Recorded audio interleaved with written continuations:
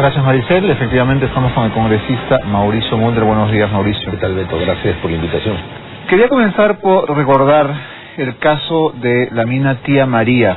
Quiero hacer un paralelo con el caso de Conga porque durante el gobierno aprista el proyecto Tía María fue cancelado, fue declarado inadmisible y su estudio de impacto ambiental rechazado luego de una huelga de 17 días que dejó 3 muertos. ¿No será esto lo que se está buscando ahora en Cajamarca? ¿Llevar las cosas a ese extremo y poner al gobierno contra la pared?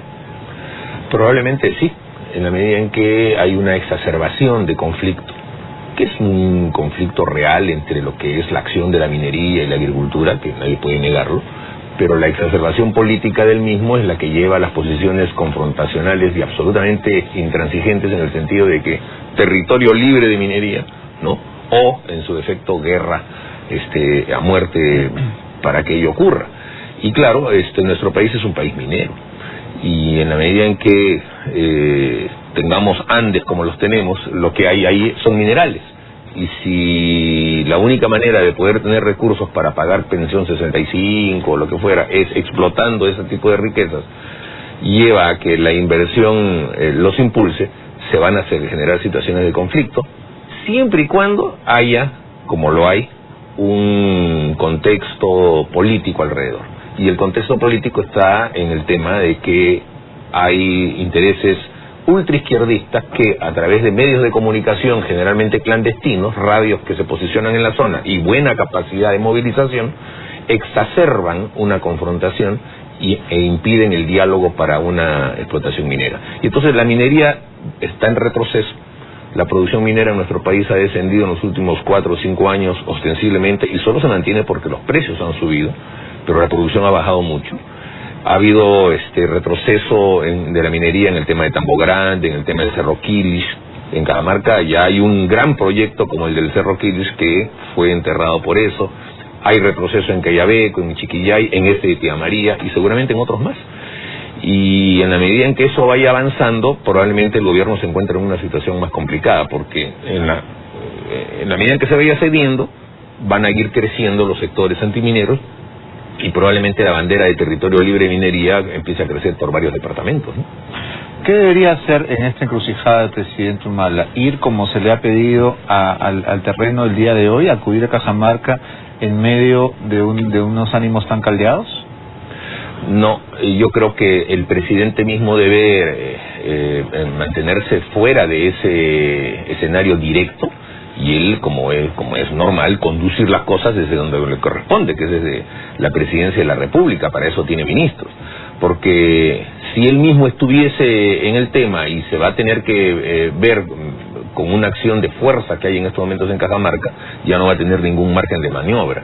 Y él ha anunciado, creo en forma correcta, que el objetivo debe ser buscar pues agua y oro. Claro, es un objetivo sumamente complicado, pero él también creo que empieza a tomar conocimiento de lo complicado que a veces resulta la política, no solo para el diálogo, sino en el momento en el que se da, porque no es casualidad que este contexto de la bronca entre Tapia y Fabre venga como secuela del tema de Conga, pero tampoco es casualidad que tú hayas tenido primero lo de Puno, se apacigua, después viene lo de Andahuayla, se apacigua, después viene lo de Cajamarca, probablemente también, de acuerdo a las circunstancias políticas, termina apaciguándose, y entonces tenga un manejo escalonado del tema, que revela que en el fondo lo que hay es un gran conflicto interno, una gran pugna interna por el poder y una falta de consistencia del actual gobierno. ¿Quiénes son los actores de esta pugna, de acuerdo a tu observación, Mauricio?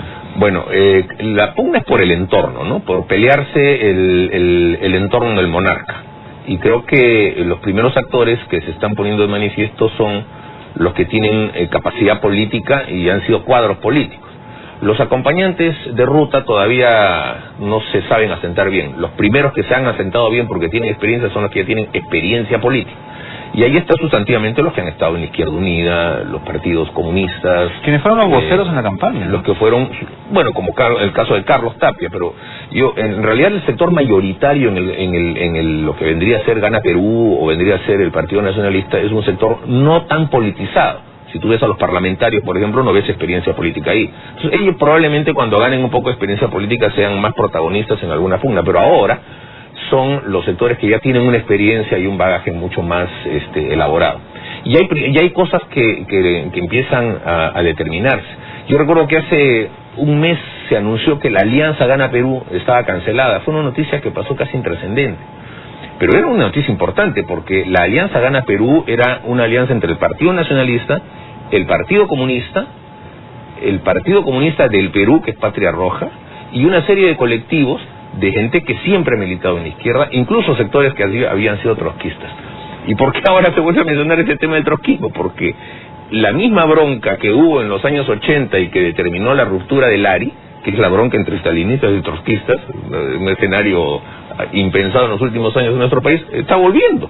Y porque son los mismos actores. En ese momento también tuvo el protagonismo de Fabre, según lo que nos ha contado Javier de Canseco. O sea, son los mismos actores. Ahora, hubiese sido interesante que Javier y todos ellos y Carlos Tapia nos contasen en la época de la campaña, cuando ya Fabre era conocido, de que había sido una de las personas que vino enviada por la gente del trotskismo internacional a romper el área del año 80, porque yo recuerdo muy claramente ese periodo. Hugo Blanco era el hombre protagonista, el que había tenido la mayor elección como presidente, como miembro de la Asamblea Constituyente, y quiso poner condiciones después que vinieron el sector trotskista que está sentado en Argentina, el de Nahuel Moreno, Mandel y todos ellos, pusieron condiciones y rompieron el esquema del área. Entonces, para Tapia, lo estamos viendo 40 años después. Para Díaz Canseco, Fabre es un viejo conocido. Es un viejo conocido y es un viejo rival. Y claro, este hombre apareció en el camino, se ha ubicado en el entorno directo del presidente de la República, y como es la lógica típica del pensamiento marxista-leninista dogmático que sigue a Gramsci, ha hegemonizado.